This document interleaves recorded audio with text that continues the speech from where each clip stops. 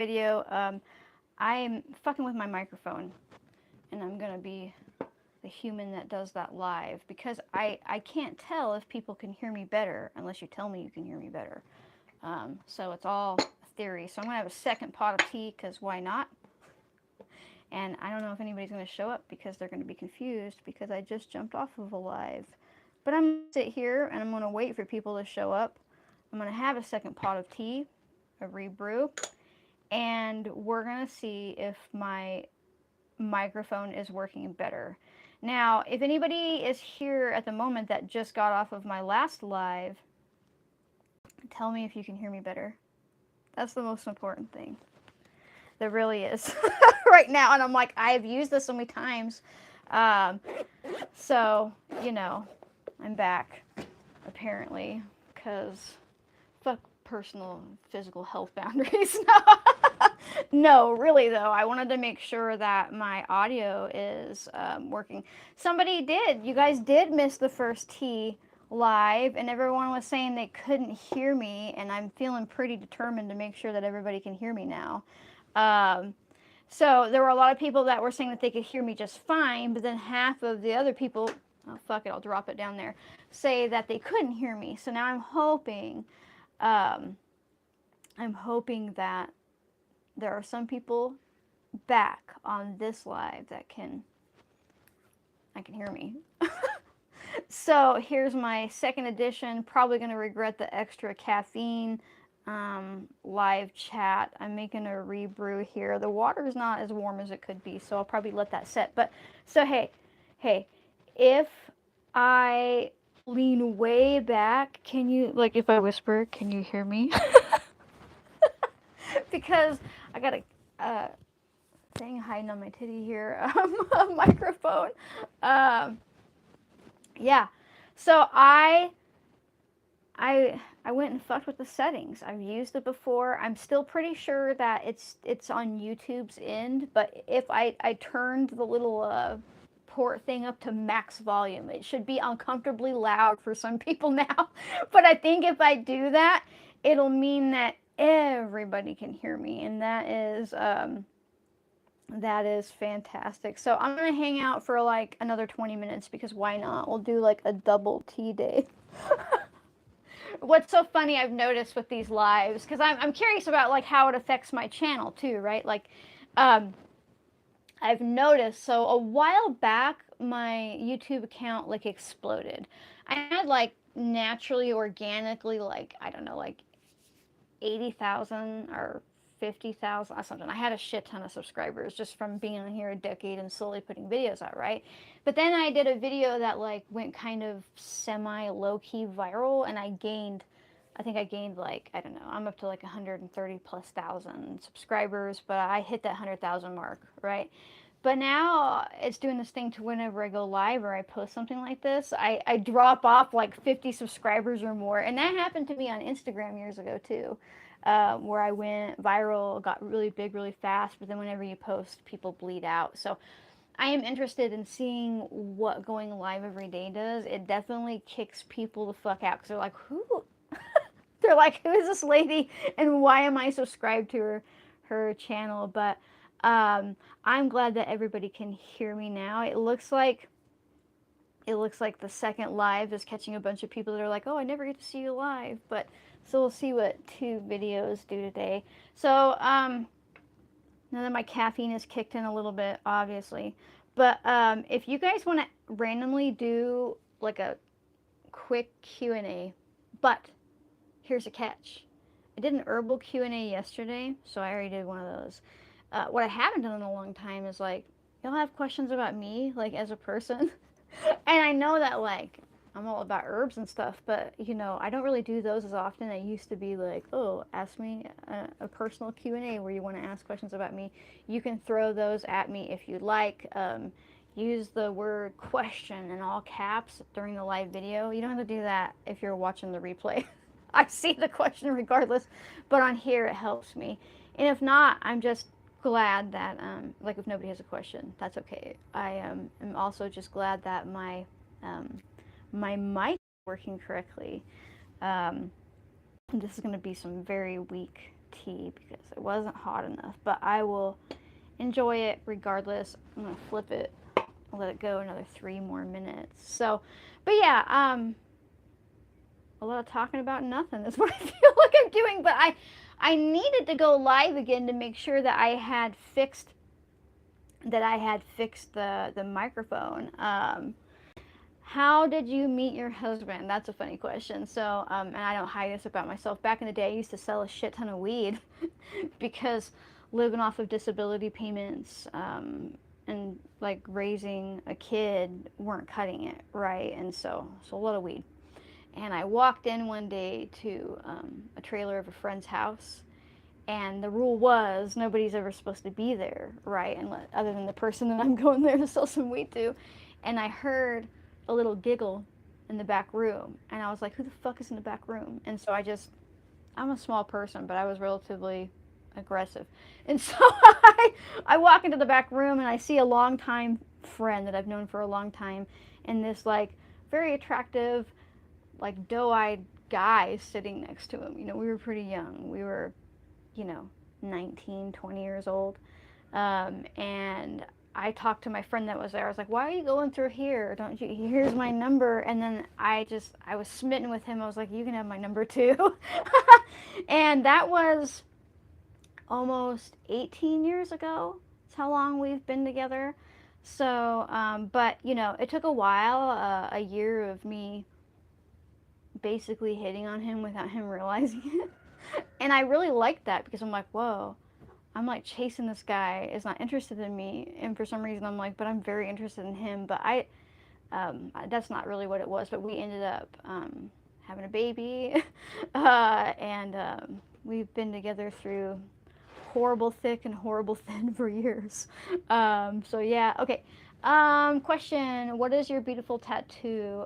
It is cultural and part of how I like physically pray. And also, it was a huge step forward for me. So, for those of you that have been around a long time and watched some of my older videos, I used to have an Om tattoo on my chest that I did not get willingly.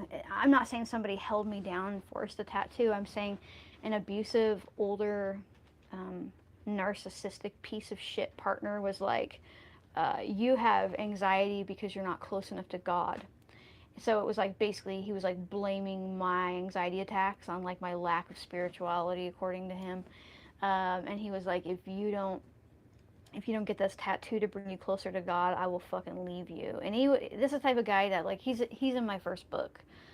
He used to wake me up in the middle of the night just to break up with me. And then that type of emotional trauma in the middle of the night, and then you go back to sleep, and in the morning before you leave for work, he'd be like, well, I want you to take the day to think about how you can convince me that we should still be together by the time I get back from work. So he would fucking eat me alive. So getting that tattoo covered with something that like means a lot to me culturally and spiritually, and like it was a really, really huge release and a big deal. And he's dead now, and that makes me happy. I'm not gonna lie, like he fucking unalived himself, and when I heard about it, it was the biggest relief I've felt in my life. And I know that sounds fucked up, but unless you've been like, I don't know, when you're like hardcore abuser or somebody that really hurt you is gone, you can finally breathe, Okay, question. How many hours of sleep do you get each night? Probably around, I don't know, between 7 and 9 hours. I usually go to bed before or right around 10 o'clock, and then, I don't know, depends on the day. Sometimes I wake up at 5 a.m. Sometimes I'll wake up at 7, but my kids aren't in school, like they're older, and I'm self-employed, so I don't do alarm clocks. I just let myself wake up naturally. I have a pretty agitatingly rigid circadian rhythm. So sometimes if any light comes through my window at all, I'm like, all right, I'm awake. Or if I hear a rooster, which my roosters are usually pretty far away from the house, but okay, let's see. What is my favorite herb? It's really hard. It's really hard to answer that question because it changes all the time. But if there's one that I'm drawn back to again and again and again, it's stinging nettle. Particularly fresh, like eating her in the spring is such a huge thing for me. It's like such a huge release. For some reason, I'm like, ah, there you are, friend. But I cycle through. But also, I really love chamomile. I mean, I think about chamomile like some people think about wine, smelling and tasting different varieties, and like I love her. And then next up would probably be lavender. I really like lavender, but real lavender. I don't fuck around with essential oils. I like really nice lavender. Some of the Spanish lavenders are exciting because they're kind of spicy. White lavender is beautiful, you know. Okay, so chamomile is so underrated. She really is. I'm working on a tea line to like present to the public, and some of it's going to be, you better believe there's going to be chamomile involved there. Question, it's a medical one. My son has ADHD. He loves tea. Is there any tea I can give him that will bring him calming effects to focus before class? He does virtual classes, but it's constantly moving around. Um, you know, there are herbs that are calming, like chamomile is a good one, but sometimes with ADHD, it's more about getting him to focus than it is getting about calming, right? Because your brain can still bounce when you're calm. Uh, you might try rosemary tea. Ricky! Cat in the greenhouse. Ricky! Ricky! You, sir! Get out! Get out! I'm gonna spray you. Get. Yeah, run.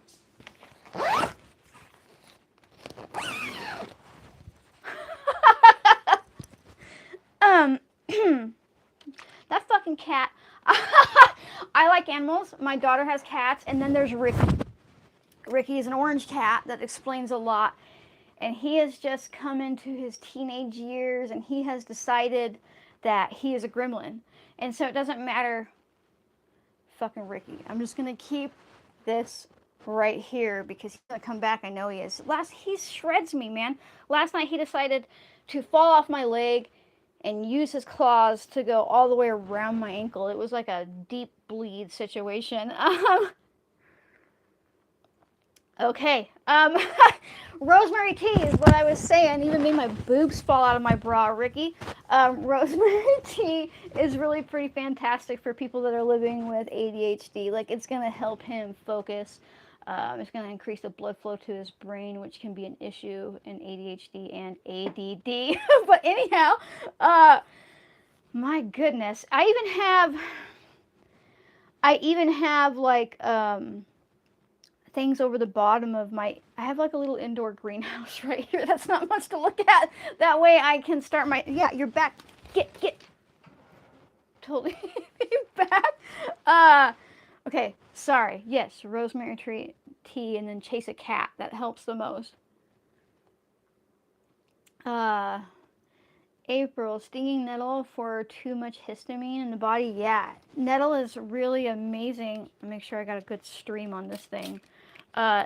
Nettle is really amazing for reducing histamines in the body, and whether that histamine intolerance from like if you just have histamine intolerance in general, or if you've got allergy season coming up with spring, start working with nettle now. Also, what's really underrated for allergies is elderberry. People think of elderberry for immune system support. Ricky, I'm gonna. So I really like nettle for that. Sheesh, that cat must have skyrocketed my adrenal through the roof. He's laying on my baby seedlings, and so I know I'm gonna have to replant some because he just flopped his fat ass. He's a fat cat. We don't overfeed him. I think it might just be genetic because he's orange, and I'm like, dude, you're so big, and I'm like, he's so chaotic. Like, let me see if I can show you. Like, I don't know if I can. That's just like, look at what he did yesterday. He like tried to fucking peel my skin. I swear to God, he's waiting to eat me. He's waiting to eat me. I'm a dog person. I don't mind the cats. They keep our house mice free. They keep my daughter. She loves them very much. There are some of them that I really like, but fuck, that cat is just out to get me. Um, Question. I have gastroparesis. Any suggestions to help with the pain? Of course, naturally. Um, you may or may not be able to try something like cascara bark, but it's hard because your intestines aren't moving. Right. And so you might work with something like linden infusion to help knock down the inflammation. But I would also look into like, I would get like a stupid expensive mineral panel done, like where you're looking at like every mineral in your body, every vitamin, because usually when our nerve endings and things like that stop functioning, they're lacking in something. You know, my mind goes to like magnesium or vitamin C or the B vitamin range to see if you can get your nerve functions to work again so your intestines can move. Question. What brand of mastic gum do you use? I didn't get the right name yesterday. Oh, I like the Gum of Gods brand. I'm not like affiliated or anything, but I do like them. So, okay, question. After breastfeeding, blood supply has trouble coming back to the nipple. Drinking hawthorn and cleaver tea. Anything else you would do to help? I talked about this in yesterday's live, but I would. Oh, those are the wrong ones. I would bend over and show you all of my titties. I would uh, start dry brushing to get the lymphatic flow going and the blood flow and your capillaries to wake back up. I would really, really look into dry brushing and then maybe even rebounding on a small trampoline. For you don't have to do it for a long time. Like it's something crazy like 10 or 15 minutes of jumping on a trampoline just lightly is the equivalent of like 45 minutes of like cardio, right? And so that can really get your whole system up and running. Um, where do I like to clothes shop? Well, most of my clothes for years were from, you know, Salvation Army, Goodwill, secondhand shop, and I still prefer that. But now it's like I go there and the cost sometimes is more than like fucking Walmart or something like that because where I live, we're in like a food and clothing desert, so it's like, you know, secondhand or Walmart. You don't really have any other choices, really.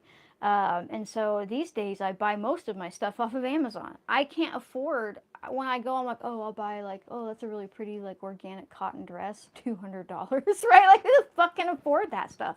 And so I do my best, but a lot of times I am getting clothes off of Amazon, and I have like a I did one of those like Amazon affiliate shop things where I link like the teapot that I use or the dress that I'm wearing and things I use in the apothecary. So if I've bought it off of Amazon, I've usually linked it there so you can see what I'm wearing or what I'm using, and then I earn a few bucks off of people buying. It doesn't increase the price for you at all. I think last month I got like 50 bucks, but 50 bucks is 50 bucks, you know. Question. Have MS and love to drink herbal teas. Which one do I stay away from? Well, there's not any that I can think of. I mean, there are thousands of herbs, so I'm sure there are some that are contraindicated for MS, but none that I'm aware of. I would really look into B12 deficiency and the link to MS. It's really underlooked. There's even this book called Could It Be B12? And you'll find that on Amazon. I don't have it linked, but you'll find it there in general, and you can get it used for like $5. It is absolutely worth the read because I've seen people in those B12 groups that were diagnosed with MS who are like, huh, turns out I don't have MS, it's a B12 deficiency. And now that's not the case for everybody, but it's something worth looking into. So, yeah, anyhow, I'm glad the mic is working. I'm pretty happy that everybody can still hear me, right? That was the point of going live the second time. And I'm trying to think of what my mind is like, he killed your baby plants. Oh my god, it was the first tray of seedlings. And so I'm like, I'm gonna have to replant a bunch. I know I am, because they weren't old enough to withstand a cat smash. You know what I mean? Like they just popped off their seed heads. And he's been so good about not getting in there, but he was like, he's got a vendetta against me. What would I use to clean a house? Like bad vibes, spiritual shit? Well, it wouldn't be fucking sage, I'll tell you that much. You know what's funny? And I'll probably get added. If you look into like the deep history of white sage and the particular tribes that used it in Southern California, a lot of them talk about using it prior to hunting to clean off women's energy before they go out for a hunt. I always thought that was fucking funny because there's always white women like putting sage all over themselves, right?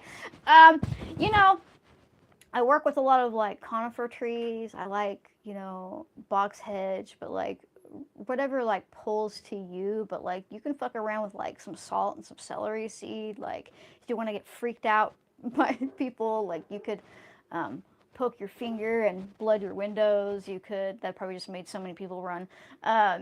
Rose thorns, like rose canes above the windows and stuff like that are pretty good. Anything that you genuinely believe in is going to work. There's no set rules when it comes to spirituality or like what is messing with you. Sometimes I have found because I live where the houses are old. This is the newest house I've ever lived in my life. And there's still fucking ghosts. But where I live, it's really not uncommon for places to be haunted. But sometimes I ask myself, I'm like, how old is this ghost? Does this ghost like respond to Christian stuff, or does it just laugh at that type of stuff, right? And I mean, I don't talk about my spiritual stuff very often these days online because I want everybody to feel welcome. But yeah, just do whatever you're drawn to versus whatever the mainstream media or whatever is trying to sell you as a cleansing thing. There's no wrong way as long as you believe in it. Question: help for kidney damage from diabetes and medication. That's a hard one. Depends on the type of damage because, like, I really like things like corn silk for kidney health or even like uva ursi, but without knowing the type of damage, it could be contraindicated for it. There's also things like cleavers is pretty good, making sure that you're getting enough minerals, but the damage can make things complicated as to what you'd be able to use. But yeah, all kinds of shit. And I've already been on for, fuck it, I'll do another 30 minutes. Do I skip tomorrow though? Because I've done an hour today. I'm not sure. Yeah, I would need a moderator. I don't know what the whole thing is about, but I usually have moderators. I used to, at least, when I would plan to go live for like shop updates that I used to do. But these morning ones, my husband can't really moderate like he normally would because he's out doing animals, although he's in by now because I've been on here for an hour. But yeah, I'm glad the microphone is working. And I don't know. I don't feel like I could be any more human because that's one of the things that I started doing these for, is to like just be myself and learn how to like be present without necessarily having my brain turned on all the time. Although, as some of you can see, I struggle with. Yesterday I did a health Q&A, and that inevitably turned into my brain pouring all the information rapidly, and it's something that I fight with internally because I want to answer questions, but I also like don't want to walk away with like, there are times where I can talk for 2 or 3 hours straight and lose my voice, and I'm not in control of it. It's like an out-of-body experience where my brain just takes over and doesn't give a shit about my body. So, I mean, I'm giving you the answers, obviously. But yeah, yeah, I can see some comments, but it's hard for me to like, if I'm here like reading the reader all the time. But other than that, it's just kind of, it's hard. And then in my brain, like I see a health question there.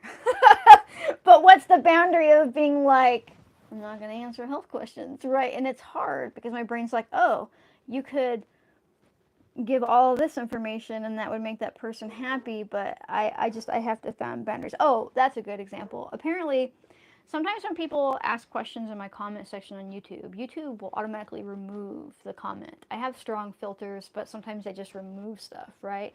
And I don't have the time to go through all of the removed comments because there are tons of them, and some of them are mean, and my nervous system just doesn't need to read that. So, but we got a customer service message this morning, like scathing me because they felt like I had deleted their comment and that they needed to be told if I did so they could unsubscribe. And you know, and so it's hard because even if I see your comment and even if I have an answer, it doesn't always mean that I have the capacity to do that, right? Or the energy or the bandwidth, or sometimes a lot of the questions are things that I've answered in the video or in other videos. And so I'm trying to find balance between giving information and encouraging people to find and realize that you are smart enough. You are smart enough to figure out the questions you ask. And I am humbled that people trust me. I don't take that lightly. It's not something that I brush off. I understand that people ask me questions because they trust what I have to say. And again, that's humbling, but also I have to find a balance between, like, yes, I could answer your question, but I also like probably have in some way over the years in my content already, or you know, just maybe I just don't feel up to it in that moment, or I don't get to it, type of situation. But I do try. I do try to keep it fair and even, and I feel like over the past decade, I've probably answered thousands of questions. I've never thought about that before, but I guess I have because I'm pretty active in comment sections, especially on Instagram. Someone on YouTube, but you know, the format's different. So yeah, clearly the microphone is working because nobody's been telling me. I was like, I have it on, and it just wasn't functioning. And somebody had been telling me that like half the people I keep seeing, I can't hear you, and I'm like, oh, how do I fix it? Turns out I needed to hit the fucking volume up button on the receiver, but it wasn't my phone. It wasn't my phone. And what's weird is that this is the same phone that I record all of my YouTube videos, and people don't have a problem hearing me from this distance or even further, right? And so I still think it's something to do with when I go live, how YouTube is broadcasting the volume, right? Because it's not the same as if I'm recording. But anyhow, it's been almost 30 minutes, and I already did my morning tea. I've had double tea, so I'm gonna go check the damage of my baby plants and probably restart some seeds and give a cat a dirty look for sure. So thank you for hanging out a second time with me today, and I will see everybody tomorrow. Bye.